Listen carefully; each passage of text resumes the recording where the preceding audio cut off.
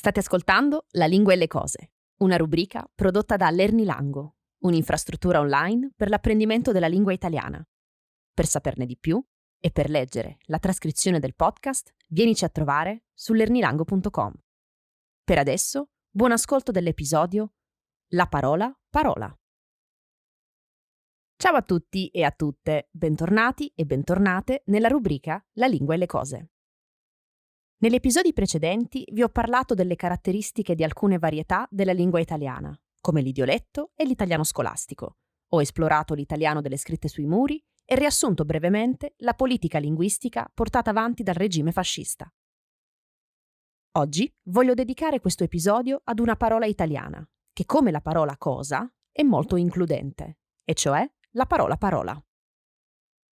La parola, cioè la capacità di parlare, ci definisce come esseri umani ed è, non a caso, il discrimine tra noi e gli altri esseri viventi. La parola regola inoltre il nostro rapporto con il mondo esterno. Tutto ciò che è fuori di noi è parola, tutto ciò che è dentro di noi è anche parola, sebbene non molto spesso le parole da noi pensate corrispondano alle parole che diciamo ad alta voce agli altri. Conosciamo il mondo attraverso le parole, diamo un nome alle cose, spieghiamo i nostri sentimenti, esprimiamo i nostri pensieri, descriviamo, discutiamo, contrastiamo, apprezziamo e disprezziamo con le parole. Esprimiamo, insomma, attraverso le parole, tutto il bene e tutto il male che ci sono in noi.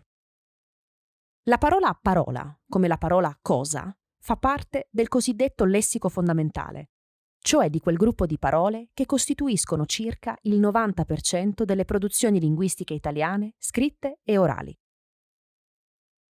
Oltre ad essere fondamentale, è anche una parola estremamente includente, perché, come potete immaginare, ha tantissimi referenti. Infatti, a differenza dei tecnicismi come fideiussione, non indica una sola cosa e soprattutto non ha un significato puntuale.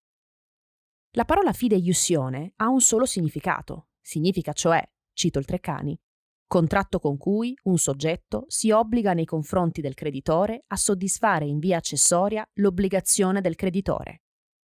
Questa parola significa questo e nient'altro. La parola parola, invece, può averne molteplici di significati se si rapporta con, se entra in contatto con altre parole. Avere il dono della parola, ad esempio, significa essere molto bravi e brave a parlare in pubblico. Se di un animale diciamo gli manca solo la parola, ne stiamo esaltando l'empatia, la sua grande capacità di comunicare con gli esseri umani come un essere umano. Dire non ho parole esprime l'incapacità di articolare in parole quello che si pensa, positivo o negativo che sia. Se qualcuno mi delude dirò non ho parole. Se qualcuno mi stupisce dirò non ho parole. Se qualcuno mi rende felice dirò non ho parole per esprimere la mia gratitudine. La cosa interessante di questa parola italiana, su cui voglio concentrarmi adesso, è che può assumere in molti casi un diverso significato e valore, o prestigio, al singolare e al plurale. Al singolare ha quasi sempre un'accezione positiva.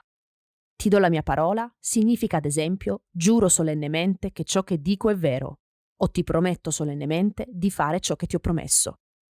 Per suggellare inoltre questi tipi di giuramento possiamo anche dire parola d'onore. Ad esempio, ti dirò la verità, parola d'onore.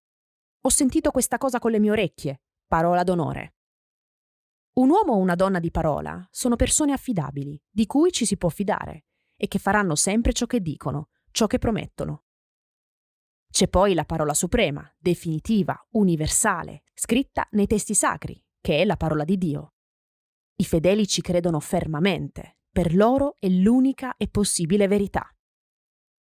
Se però la usiamo al plurale, questa parola si negativizza, assumendo quasi sempre accezioni negative. L'espressione belle parole non ha sempre un significato positivo.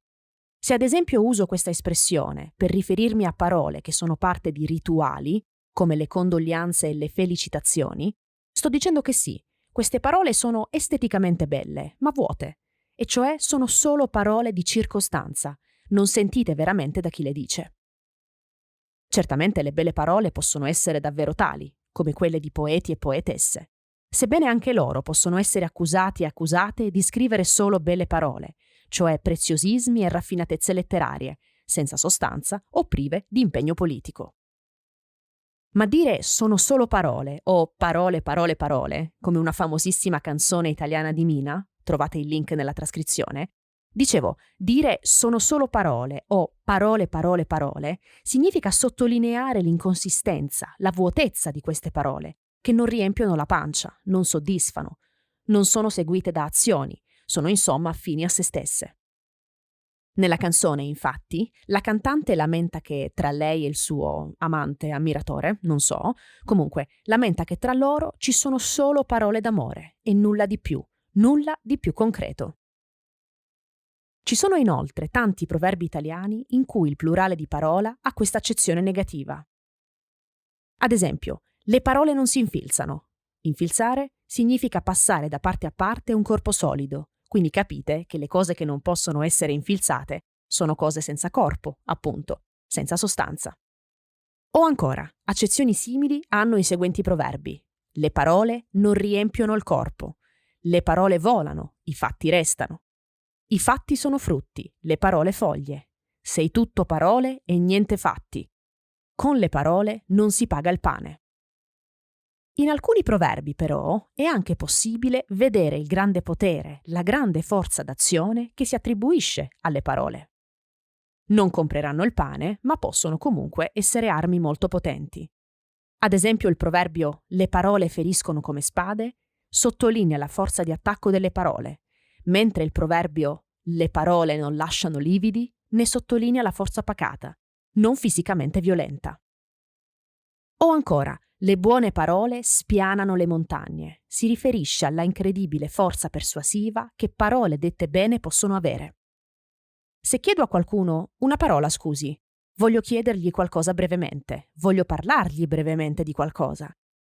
Ma se di qualcuno dico che non sa mettere 3 parole in fila, sto dicendo che parla malissimo, che non ha una buona competenza linguistica.